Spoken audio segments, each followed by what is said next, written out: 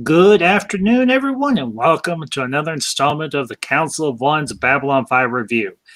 And today we are tackling the episode Gropos, or Ground Pounders. And very quickly to the chat, Ray Ray's Collections. Good afternoon, Ray Ray. Good to see you, and everybody else that's in the chat lurking at the moment. So good to see you all as well. And as always, I've got my three other council members. We may have another one here shortly. Anything but Fiona, Classic Comics, Mountains of Elysium. Good to see you all as always. And well, that all being said, guys, we'll go ahead and jump right in. So, where do you want to begin? This episode has the natural rivalry between what's considered like the U.S. Air Force, the Navy, the Army, and the Marines, but they kind of mishmash it together. Yes. Yes, it does. And just real quick to the chat, Lewis X Sparrow. Good to see you, Lewis.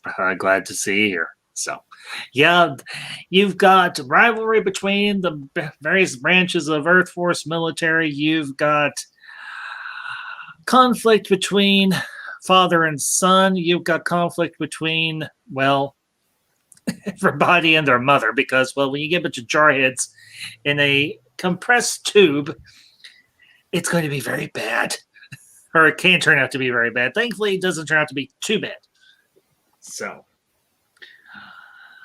but yeah, this is a fun episode because, as I said, you've got all sorts of conflict, you've got all sorts of dilemma and everything. So, guys, I open up to you.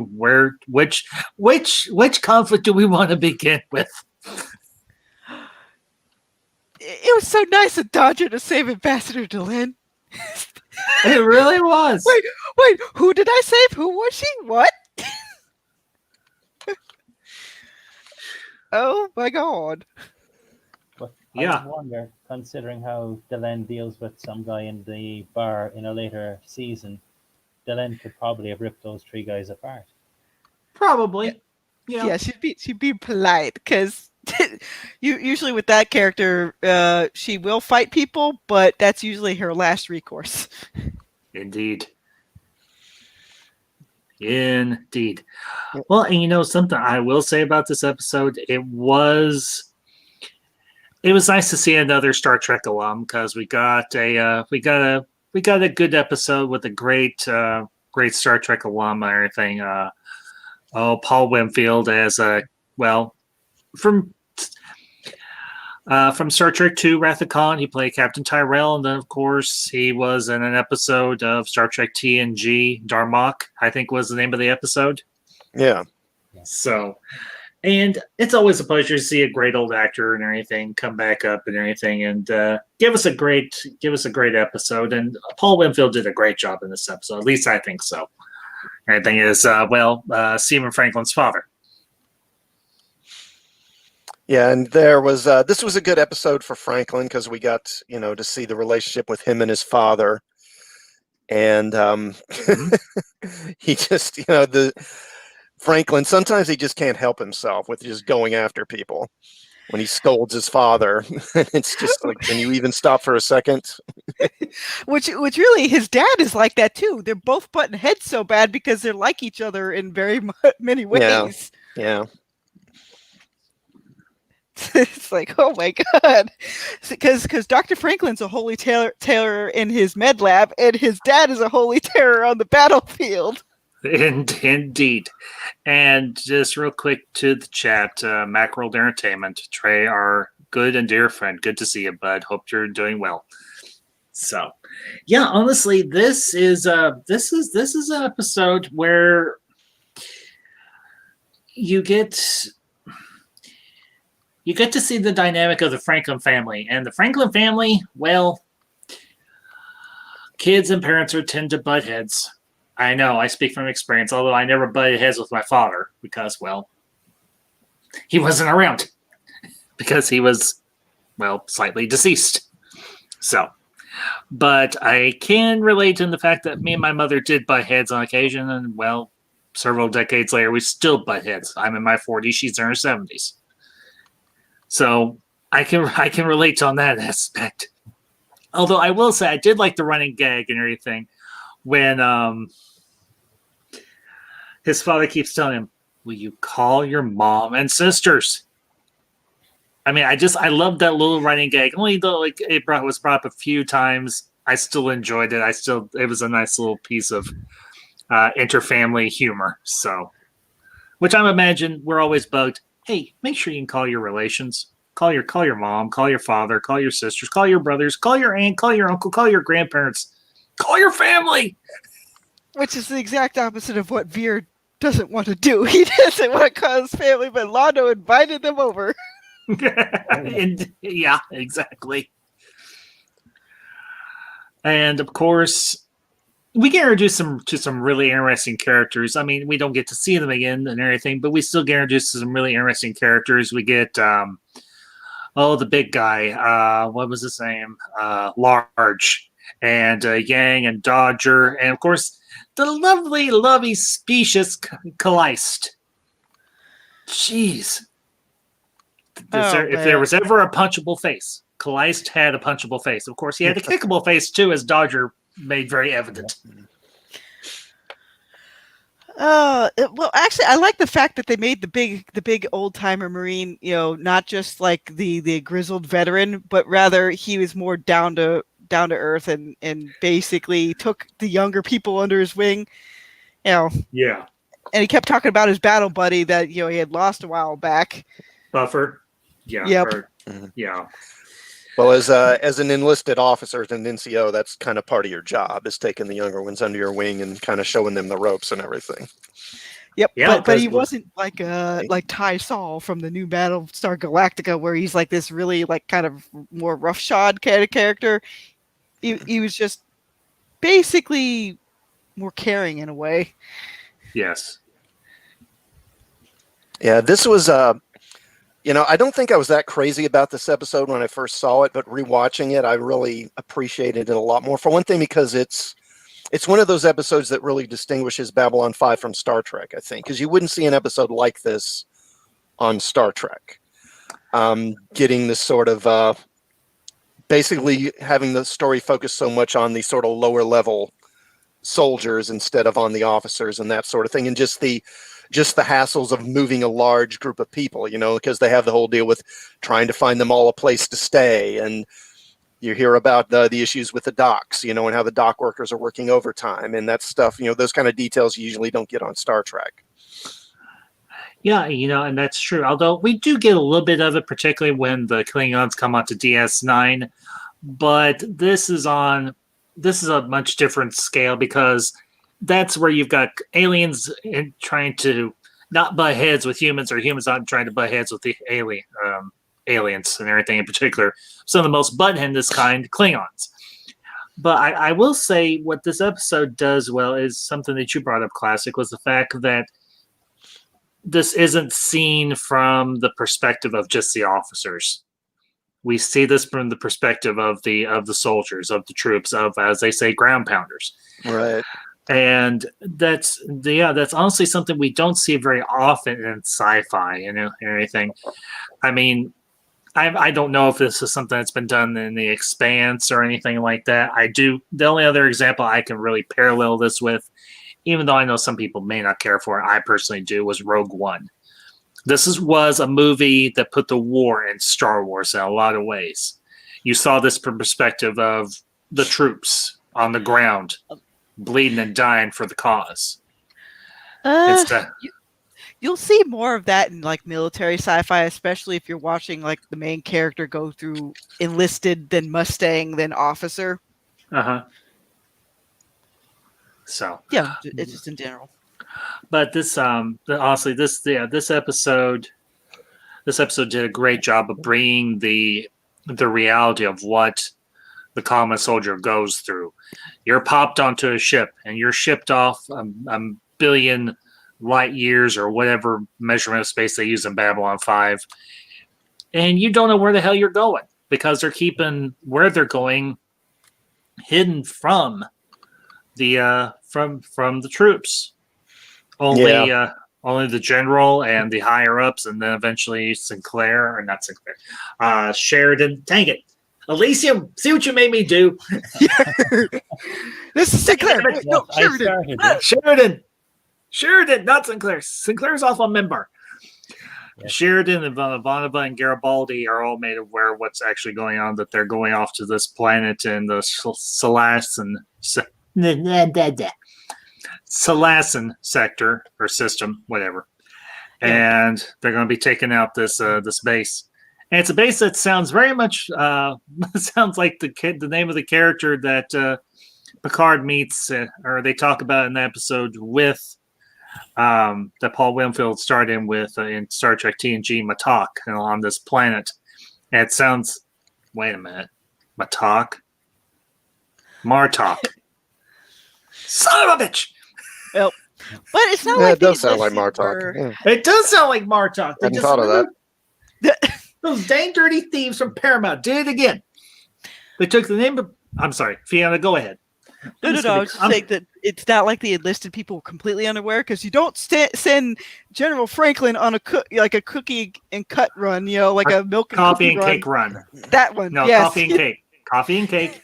If you're gonna do it, if you're gonna get it right. But no, Coffee and in cake. general, even when I was in the Navy, if something big was going on, most of the NCOs were pretty much on top of that, and it's like, yep, I know what we're about to get into. It's like, what? Mhm. Ooh. Yeah, and sorry. I was going to say, because I hadn't been in the military when I first saw this episode, but I've served since then, so I definitely had a better appreciation of it and related a bit more to it. With you're basically thrown on, told to go somewhere, and you really don't know a lot of details, and you're just kind of very much in the dark about. In the military, there's a saying that they treat us like mushrooms. They keep us in the dark and feed us bullshit. And or hurry up and wait. yeah, Yes. and hurry up Yes. and wait. Right. Yep. And I definitely related to that. Like, like when they go to the station, it's just, and they're trying to find places for these people to sleep, and they're just throwing them into rooms and stuff like that. Like, I've been through that sort of thing. Yep, it's like, the Navy has to come up with some more billets. Here, we'll house you in the Marine barracks. But wait, the Marines are living in their own little personal apartments? What? I'll stay. What? I wonder how many went into the other enlisted, because Kiefer is a squadron leader, and yet he still had 2 Marines arrive into his billet or into his apartment. So I imagine some of the others were squeezed in even tighter around. Oh, yeah, because they were trying to put people in the sick bay and everywhere. Pretty much. Now, Fiona. It's Med Bay, not Sick Bay. Sick Bay is Star Trek. Med Bay is B5. Well, it's because half the time I call the stuff in my cereal Med Bay. It's like, yeah, it's a Med Bay. It's okay. I don't care. I'm goofing here. But yeah, the logistics of moving an army, regardless of size, is never an easy one. And of course, there is one truth that I know Fiona and Classic will agree with: an army travels on their stomach. Yeah. Do not eat the MREs that are for vegetarian purposes. That is scary. I can only imagine. Beans, me and Elysium, at least as far as I know, me and Elysium, well, I know for a fact I am, but me and Elysium are both civvies. We've never served in the military. I was in the Cub Scouts, but that's as close as I got. Okay. I tried the omelet one on a dare, and I'm like, no, Oh, God. eggs. The veggie omelet is the worst. I can only imagine freeze-dried vegetarian food. Why don't I just take it and dunk it in the toilet? Well, it's not freeze dried. It's just Okay. Oh, vacuum sealed or whatever. Yeah. I think It would probably be better if it was freeze dried. to quote Jim Gaffigan, take out a package, place directly in toilet. That's from his Hot Pockets bit. I gotta admit, mixing like the hot chocolate with the coffee they gave you was always a fun thing to do. Yeah.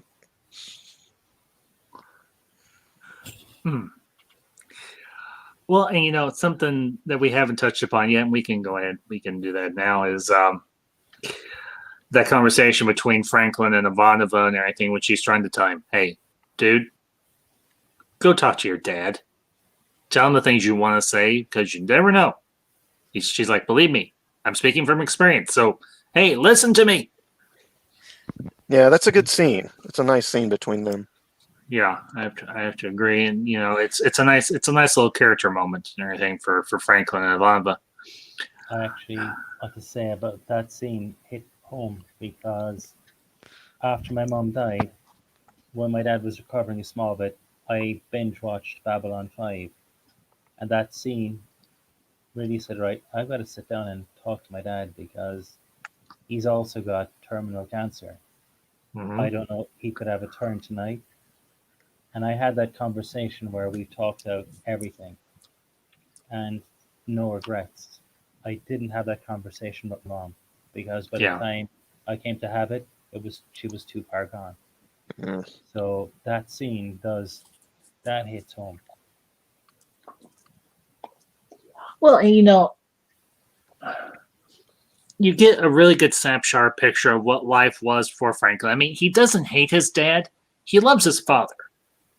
But there's a line from Home Alone that I think is particularly poignant here, and it's when Kevin's talking to the old man and everything there at the church, and the old man says to him, "How you feel about your family is a complicated thing," and that is very, very true, and it's like I said, it's very poignant, and I think it speaks to all of us because how we do feel about our families is a complicated thing, and particularly when you have a military family and you have a family member who is a high-ranking officer and you're worried about them.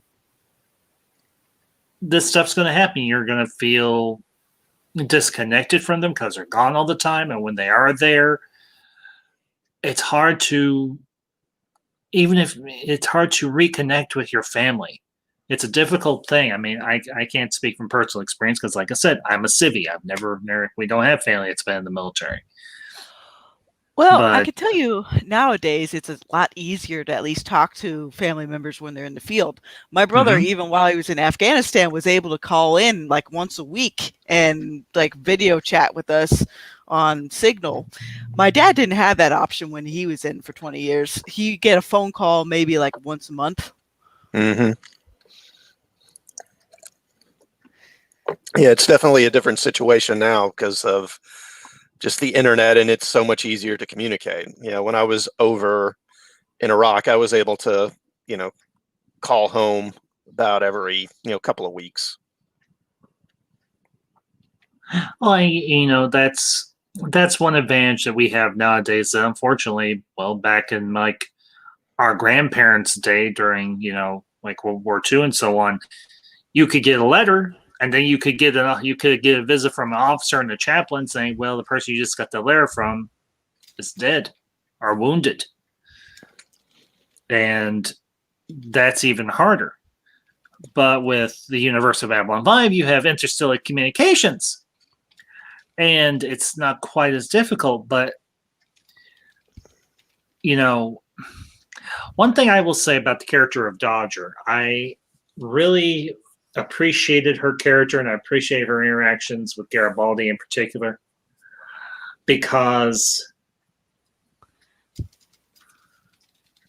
she is very much one of those people that lives for the moment, lives for today. And she kind of gives him a little bit of a stinger and everything when she leaves. She's like, what you missed out on.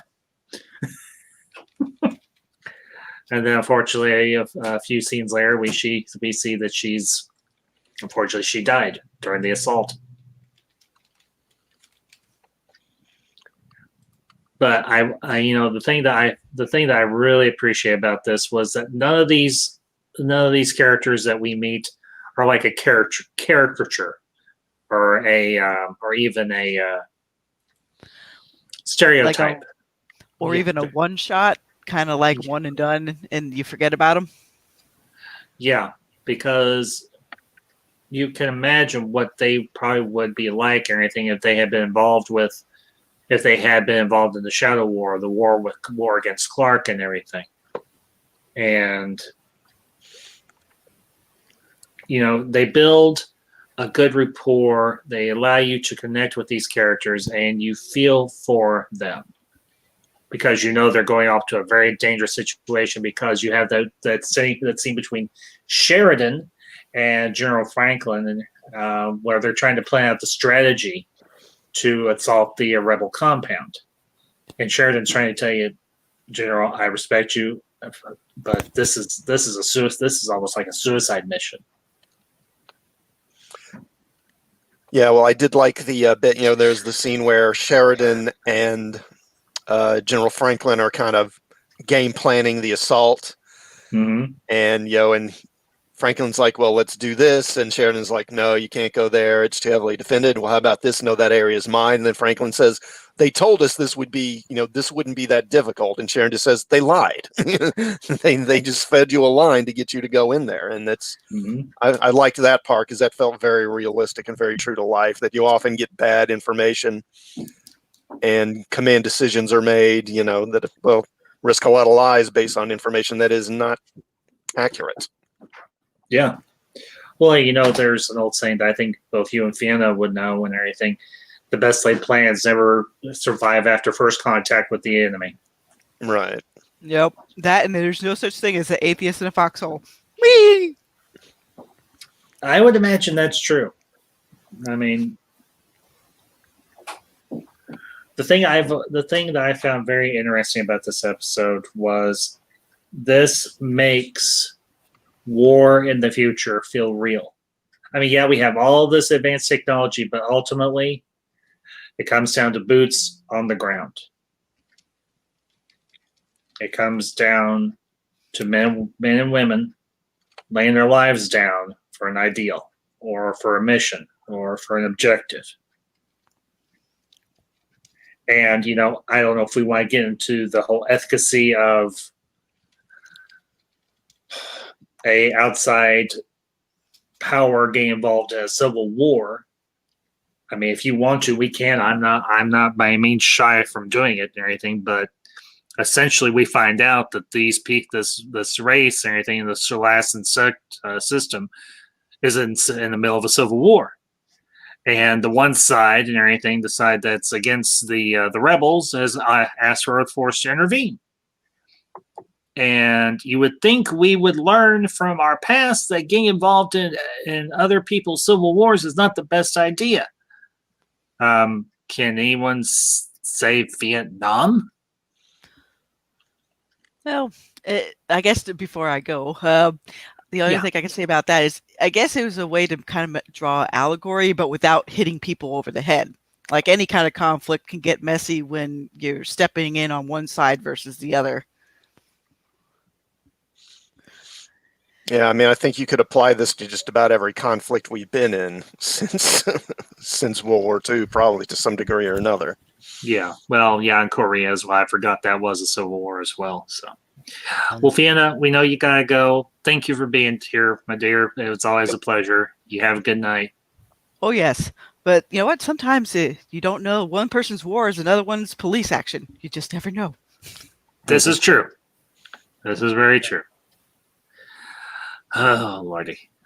Gotta love Fiona. And folks, if you have not subscribed to Fiona's channel, by all means, go over there, check her stuff out. She's a great author. She's a great contributor here, and we love her a lot. And when she's not here, we miss her. So, well, guys, if you do want to go down that rabbit hole and kind of debate the efficacy of getting involved in other people's civil wars, we can most certainly do that. If there's another topic related to this episode that you want to delve into, by all means, I'm all ears. I think the issue when you're getting involved with someone else is you never know the full story. I think there was an episode of Stargate where the SG-1 go in, they're helping out a team or helping out a nation they believe is all in the good. And then they realize they're helping commit a genocide. And this is no reflection on any current issue, but you really don't know. We don't know from what we're told. We're told there's rebels. And I know in my country, we were, during the War of Independence, the Irish side were called rebels, terrorists, to the outside world. But to us, they were freedom fighters, Hmm. and you really don't know the story. And a lot of the guys, the English soldiers who came in, they didn't know any better. They were told they were going to clear out terrorists, Hmm. which meant that they did really, really bad things because obviously they were fired back on. And events spiral.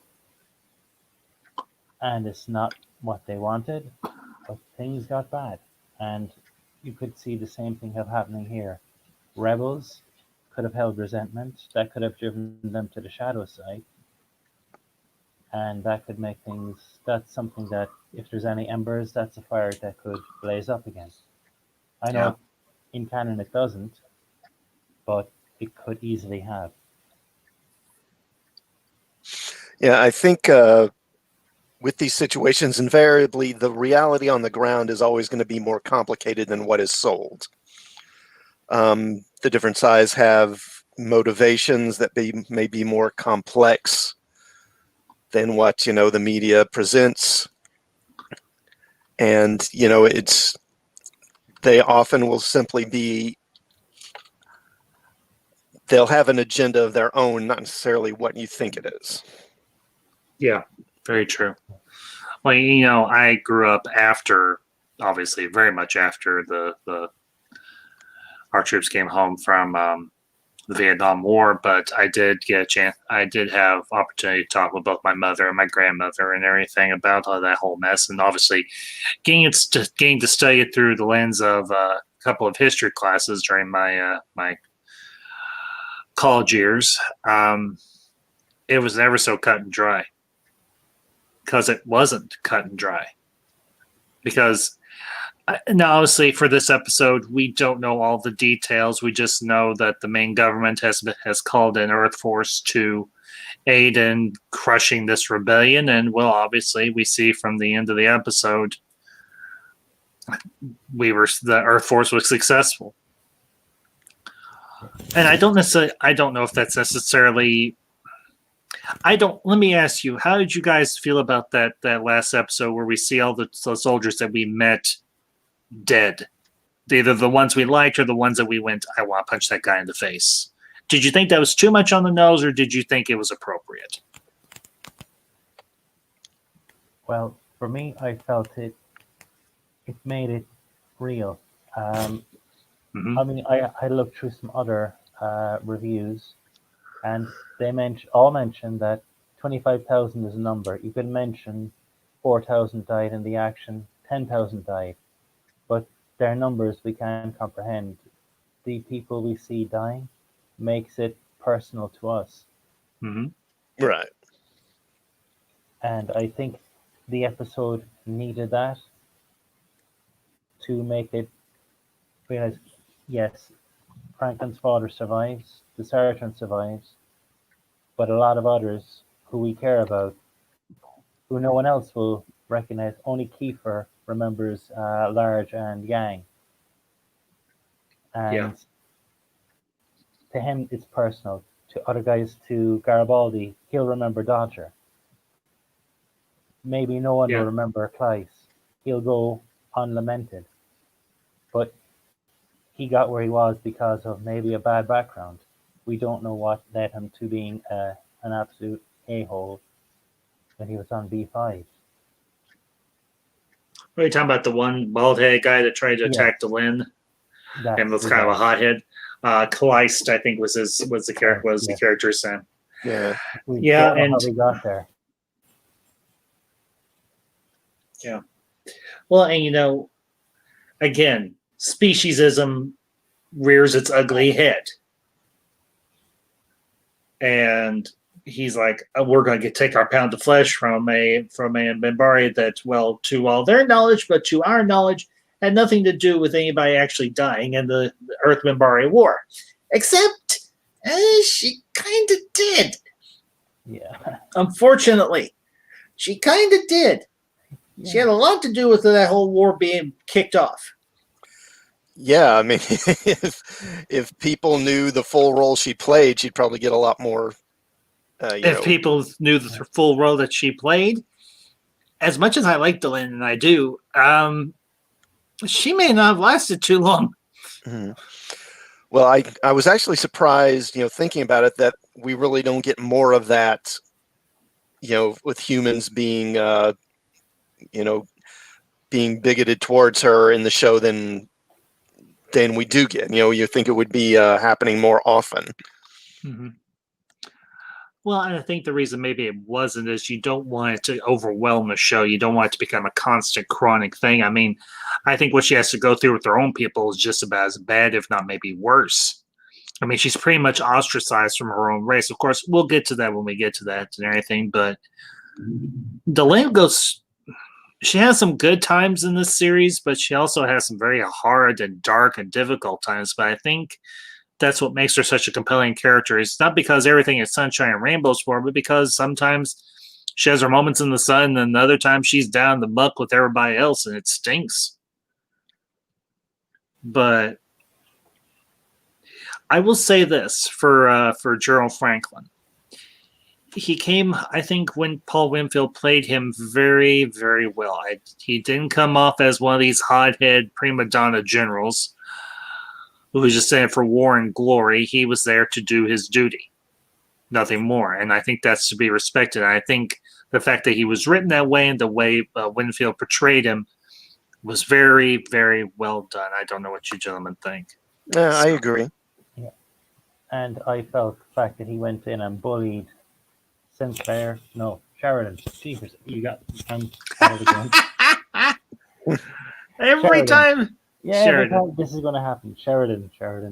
Like, he bullies Sheridan into giving all of his troops a bit of R&R before the event. He says that he cares about his troops. And now, we mentioned earlier that Kleist was a bit specious. So was he. He was like, why are you working with these people, Stephen? You should be working basically in bioweapons or in that looking after your own. So there is still an element within the Earth military, and from what I was reading, he was on the Clark side during the Civil War. So he didn't side with Stephen. He stood by his principles. Mm-hmm. And actually, that was one thing I really liked about him, that even though he fought with Stephen, even though Stephen hurt him, he said, don't ever back down from what you said, say what you mean. And he was proud that Stephen stood up for his principles, even though they hurt him. Yeah, I wholeheartedly agree with you. And just very quickly to the chat and everything, and Big Geek, let's talk. Jesse, good to see you, bud. Hope you're doing well. It's been a while. So, but yeah, it's not always easy to keep your principles in wartime, or maybe it is, and maybe it can be, but particularly when you're in the middle of a civil war, like what we see in season 4 of Babylon 5.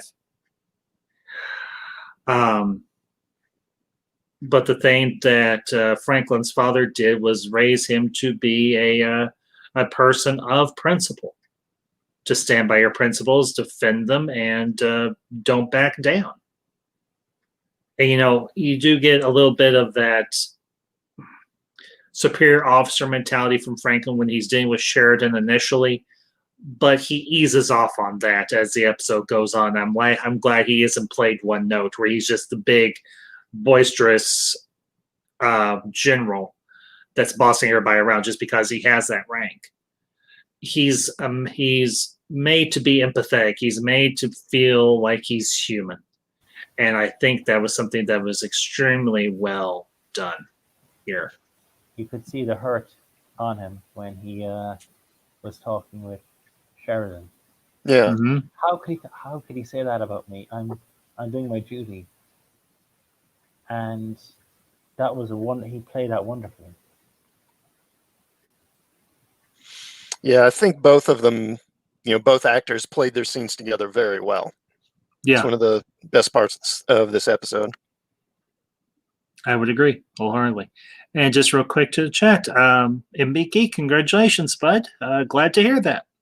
Truly, gonna be a grandpa. So that is excellent news. So, well, and I know somebody, I can't forget who said it, this was an A-list script or an A-list writer with B-list actors, but honestly, I think even if you have B-list actors, quote unquote, I don't see any of these people that were in this show as B-list. I think you can.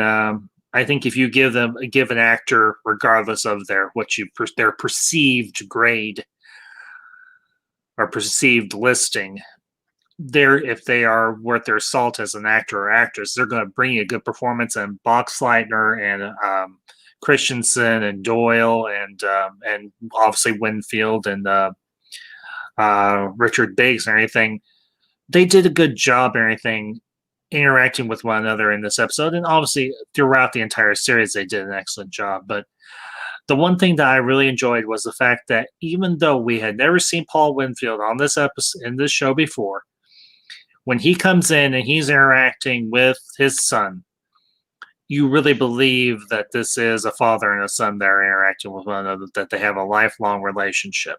Yeah. And I think that was something that very much resonated with me, particularly when they have that one scene and everything where they finally come to terms and they embrace, they hug. And you see the expression on Franklin's face and you see the expression on his father's. And it's almost like they're saying, I got my dad back. I got my son back.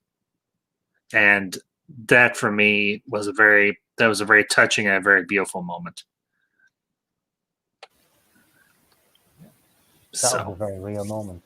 And it was. I like the way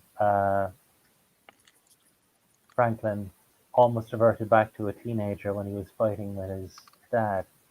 Yeah. It's almost if the roles went back to say, you go around just killing people. It was as if he was just throwing in, because that's not his character.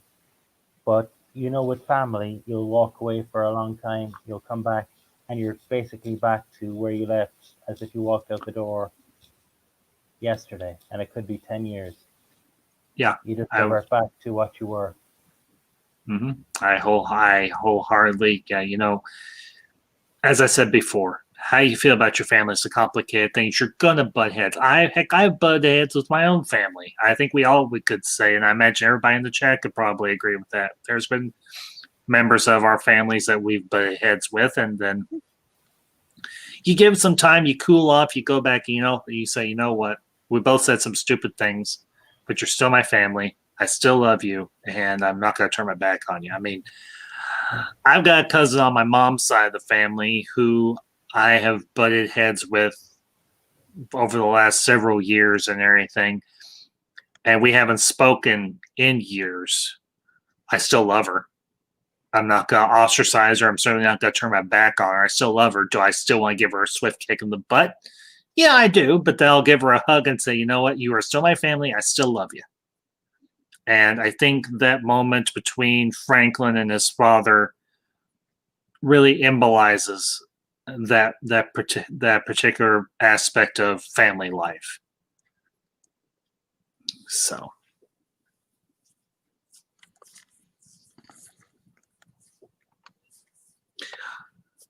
anyway, well, guys, is there anything else within this episode that we want to touch upon that we haven't already, or do you think we've pretty much broken this thing down?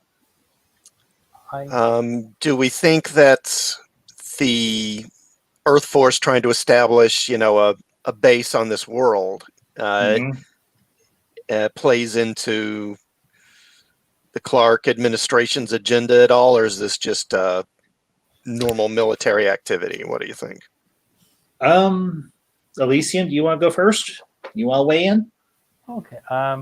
I actually think this is Clark, because I don't think Santiago would have sanctioned that sort of action. Clark is trying to strengthen the borders and build a dominance for Earth, and maybe it's like I can't remember what I was watching some show earlier today, and I think those who Clark helped will be those who Clark turns on. That those rebels might have been the luckier ones if Clark had gotten his way. This might be expanding Possibly. and making them vassals. while Yeah. it might look good on the outside, build a base, and then from there push things. Also, the fact that they were rearming Babylon 5 to make it a much more powerful station Yes. was also, I know that will play to Babylon 5's benefit when they basically switch sides. Yeah, when they succeed from Earth Force Alliance, yeah. And they rip that Centauri ship apart in a few, I think is at the end of this season. Fractured Dreams, I think. Severed Dreams. Severed Dreams. Thank you. Yeah. Thank you, Classic. Severed Dreams. That's what I meant. Isn't Severed Dreams in season 3, maybe? Could be. I Yeah. know it's where the guy goes to appease the Centauri and the Mhm. Night Watch. Yes, I think that is season 3 because It's like Yeah. right in the middle of season 3. yes. Yeah. And just real quick to the chat, MB Geek, I'll see what I've got going on Saturday, and I'll be in touch. I'll DM you on Twitter one way or another. I'll let you know. Thank you, and thanks for the invite. I appreciate it. As for myself, yeah, I think this is definitely a power grab or a power move by Clark. I mean, obviously, something that General Franklin said was actually I think, was accurate. They want to keep an eye on things going on because the Celestian system is on the border of Narn and Centauri space. So I think they do want to keep an eye on things, make sure things don't get out of hand. But yeah, I think down the road, if things had gone differently for Clark, yeah, this would essentially become another little territory or fiefdom or whatever for Earth Force, essentially. And I don't know if the Shadows had anything to do with it, or if this was Clark's own ambition. It might have been Clark's own ambition, really. So, but the other thing that I will comment on is the whole the fortification and arming of B5. Yeah, this is gonna be something that's gonna come to bite Earth Force in the ass later on down the road. Right. Because they're going to be like, oh, crap. We armed them. Why the hell did we arm them? We shouldn't have armed them. Who was the genius that told us to arm Babylon 5? Oh, it was Clark? Oh, okay, let's go shoot him. Anyway. A couple of episodes ago, the literature that Earth Force have is that Sheridan is one of Clark's boys. They believe he's totally in their camp. So, of course, they'd have given him big toys because they thought he would have been the guy to use them for them. Oh, yeah, absolutely. So. I think it's ultimately, it kind of can be, you can look at it as both. Like it's a power move by Clark to further his agenda, but also practical moves considering, the Narn Centauri War gives the Clark administration a lot of justification to do these things, to arm Babylon 5, to establish bases on other worlds, because, the war is, inevitably probably going to spill over into other systems. And as we see, eventually it does come to Babylon 5 as well. So these are practical, sensible moves, but they also, they blend in well with what the Clark administration wants to do anyway. Yes, I would agree with that. So, yeah. Anyway, like I said, this is going to eventually bite Earth Force in the ass, and somebody's going to be like, man, if we could only shoot Clark now. or tie him up and take him off on a shuttle and then space him. Clark in space. Sorry, bad joke. So They may have had enough air in the double or the quadruple chins to keep him alive for a while, though, as Ivanovich describes him. I think that was Santiago. Oh, it was Santiago has no chin and his vice president has many. I think that was the line. I think that was the line. So anyway, well, guys, I think that all being said, I think we've pretty well dissected this thing down to the microbe. So we'll go ahead and wrap up here and everything. And any final thoughts you want to give before we do so? I think Ivanova put the curse on it when she said, "I love this time of night. It's all so quiet." I think you knew things were going to go badly. Oh yeah. Anytime Obama says, "Oh, it's so peaceful and quiet," oh hell, crap's about to happen. Or as they would say in Airplane, the shit's hit the fan. So, well, anyways, folks, I think like I said, we're going to wrap up here. But I want to thank Mountains of Elysium, Classic Comics, and Fiona Wolf, even though she had to leave early, she had work, and we understand that here. So, but I want to thank you guys and everything. I hope you all enjoyed this and everything. And to everybody that was in the chat, whether you were vocal or whether you were lurking, whichever works for you. Appreciate you all being here. Just a quick reminder. Later this evening, 7:30 Central Time, I'll be back with another installment of Wicked Wednesdays, and we'll be talking about Halloween 78 and Halloween 2, its sequel, Halloween 2. I'll have Mr. Lindell from Mr. Lindell's Groovy Movies, Superior Hero Reviews, Mr. CCDV, and possibly Moira Kitties. So, hope to see y'all later tonight. Guys, if there's anything you want to plug or anything, if not, that's fine, and we'll go ahead and close out. I'll just go ahead and mention my channel, Classic Comics. I do reviews of comics, also do reviews of movies, TV shows.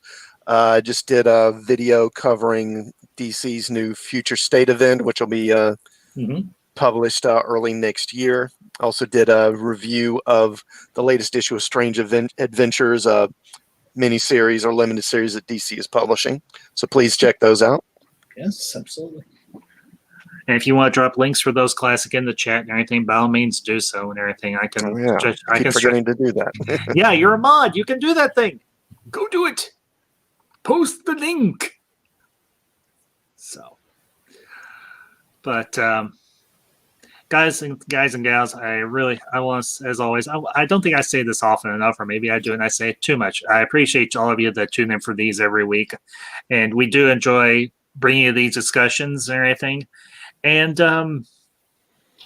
if any of you are Babylon 5 fans and you ever want to be a part, just to get a hold of me on Twitter or on Discord or anything, if you want to be a part of the council, by all means, you're more than welcome to participate. So,